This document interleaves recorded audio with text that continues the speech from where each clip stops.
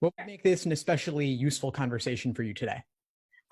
Mostly I have a few questions, so I feel like answering those would be really helpful for me. Sure, absolutely. Fire away. Okay, so the first one that I'm kind of most concerned with is I've been practicing solely on paper so far because I'm not quite like I've practiced logic games, I've just started logical reasoning. I haven't gotten to reading comp yet, but I've only been practicing on paper. So what's the biggest difficulty going from practicing on paper to practicing for the digital LSAT? I'm going to give you two, and there are ways to handle both of them. One difficulty is that you can't write on the questions themselves on the tablet, as you would typically be accustomed to on a piece of paper. There are some highlighting and underlining tools on the tablet, but they don't work that well. So you want to get used to doing all your writing on scratch paper to the side. Okay. That's a very easy adjustment to make. So whether you're using books or you're using PDFs, just don't write on the paper, write on your scratch paper to the side. You'll get a booklet of about 12 to 14 pages, 8.5 by 11 paper, unlined. So that's what you should practice on. Okay.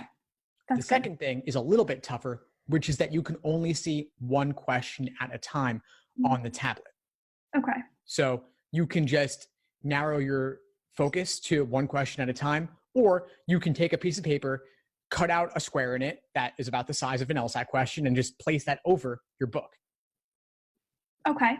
Is that like one question, like each like logic game would be here, and then like the next part of it, like B, C, D, E, that like you can only see one of those at a time, or can you see like all of, you know what I mean? Yeah, so you cannot see an entire game at once. You can see the initial paragraph and rules along with a single question of the game, but That's you can't really see all five. Yeah, no, it is unfortunate. So you got to get used to clicking left and right if you want to skip to a different question in that set. Okay. So then on to logical reasoning. I've just kind of started like practicing the questions, but something that I find that I keep doing is I pick that like kind of like tempting wrong answer that seems right, but I seem to like get down to two, like the right answer and then that kind of like purposeful one, and then I always pick the wrong one. Give me advice for that. Yeah, sure. And this is a common issue that students raise. And the thing is that probably isn't entirely what's happening. There's a certain selection bias where you're not thinking of the questions where you guessed and got those right. So upon your review, you got to look at everything you got wrong and also everything you had difficulty with or were not 100% confident on. And part of your review process should be to analyze what was tempting about the wrong answer that made you pick it and what ultimately makes it wrong. And what's discouraging about the right answer that pushes you away from it and what ultimately makes it correct. You want to see specifically what are the patterns in what's tricking you. Okay. You're not falling for all the tricks or else you get nothing right. So you have to figure out specifically what kinds of tricks are you prone to falling for? What kind of tricks are you mistakes are you prone to making? So that you can avoid making those same mistakes again. It often comes down to, do you want moderate language or extreme language depending on the question type? Yeah.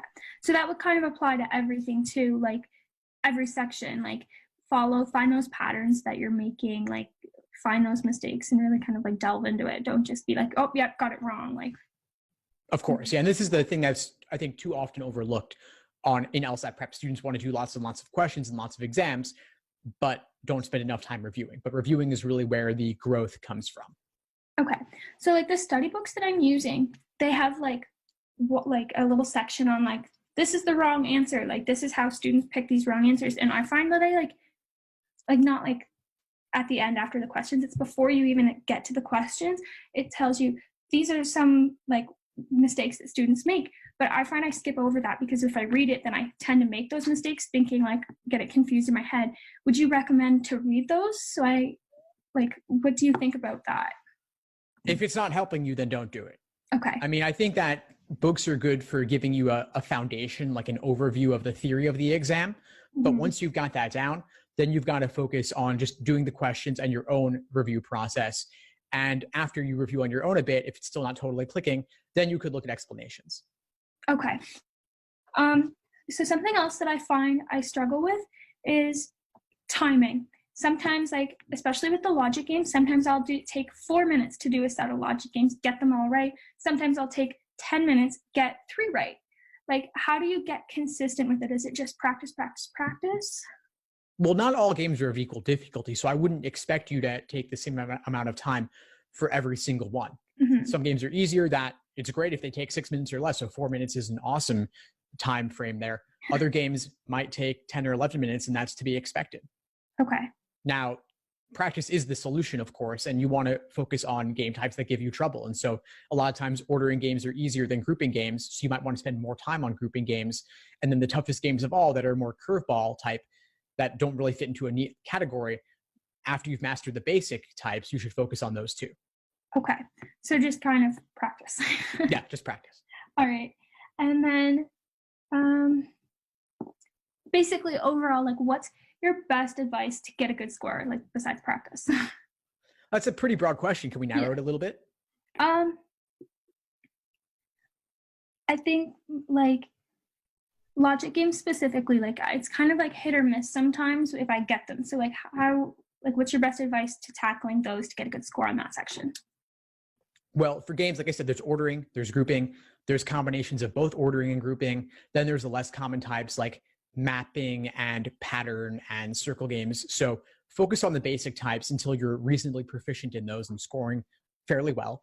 Then work on the tough, rare types. And these tough, rare types have come up more often in recent years, and they really require a certain degree of adaptability and flexibility in your approach, recognizing that not everything will fit into a certain template or mold, and not all games have a ton of inferences you can make up front. A lot of games, especially these more recent tough ones, involve you doing more work and more drawing of diagrams over the course of the game.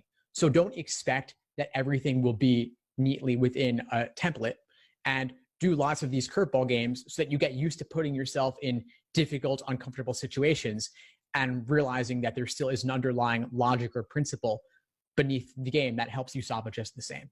Okay, so a lot of them now seem to be moving away from kind of like, I don't want to say inferences, but like more like hands-on, you have to do more work to get to the answer. Like, so less work up front. Like there's a lot of the older games, especially those in the 30s and even some in the 40s and 50s as well, you could do a lot of diagramming up front, draw multiple main diagrams, and then you would just basically run through the questions based on what you had drawn at the outset.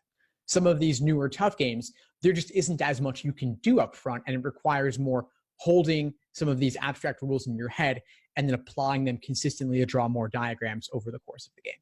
Okay, so kind of more intensive in a way, like they require more time almost. They could take more. They could take more time, but I think the work is loaded differently. Instead of front loading the work, you're doing it bit by bit as you solve each question. So don't expect it's all going to be unlocked at the outset. There may not be a ton of inferences you can do at the very beginning. Okay, because I find sometimes when there is a lot of inferences, I seem to always miss a few, and often some really key ones. So I kind of almost like that it's shifting that way. But and then I guess going back to my question, how to get a good score, logical reasoning. I've just started kind of studying that.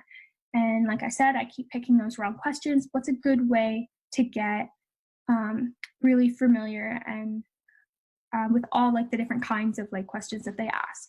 Well, do them by type. And I have study plans that lay this out where I'll say, read this material on must be true questions, watch this video, then do several must be true questions in a row to drill those skills and see the commonalities between questions of that type.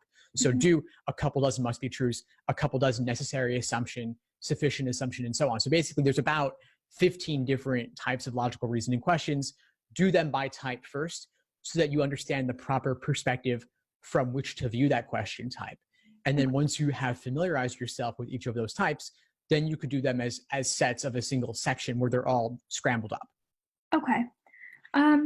And then I guess the last question that I have is, do you, like, once I've kind of studied everything on its own and I feel comfortable with all the sections, is it a good idea to like sit down with my like computer or tablet and my scrap paper and just like practice like doing the LSAT? Or do you think it's just better to focus on my little like sections? Well, there are different stages of prep. So I'd say earlier in your prep, you should be doing this drilling of questions by type and familiarizing yourself with the basics of the exam. Once you've done that and you're reasonably proficient, then yes, do some individual timed sections then do some full-length exams. And since you're doing digital, of course, you should do as much digital practice as you can. So yes, at that point, use the tablet, ideally, specifically the tablet, and have your scratch paper to the side.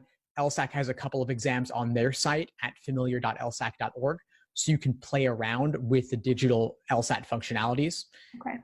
And that's a good place to start. And then also on top of that, if you have the PDFs, you could have those on, you could load those onto your tablet, although it's not a perfect simulation, and do your scratch paper to the side, or even just treat your books like screens, where meaning that you don't write on them at all. Yeah, which is kind of how I've been doing it, so I can go back to them and use them again, so I can't like cheat my answers. So I have already been doing things in a separate book. So I feel like that's gonna give me a bit of an advantage when I go to practicing on the digital. Perfect. So I don't have any other questions. Do you have anything else that you think would be helpful for me? There's one other thought that came to mind, since you're talking about logical reasoning specifically towards the end of our conversation here, which is that too many students tend to diagram too much on logical reasoning. Most question types, you should not be diagramming. Only some must be true questions, some sufficient assumption questions, and some parallels. But I would never diagram necessary assumptions, for example, or strengthen or weaken for that matter. And so don't over rely on diagramming. It's not a substitute for thinking. Logic games, totally different story there. That diagramming should be really, your pencil should always be moving and always be, that's a way that you think, by putting it on paper. Exactly. Okay. So yeah, I was going to say, because I haven't done any diagramming for it. Like I've only done a couple, like I've done must be true and like necessary, or like the most relevant. So that's good to know, because yeah, I think logic games, you rely so heavily on those diagrams. And then I guess, yeah, logical reasoning, you have to think. Yeah, you have to think more, just engage in a real world sense. Okay. Yeah, I don't have any other questions. I think this has been really helpful, especially because I'm still in the beginning stages.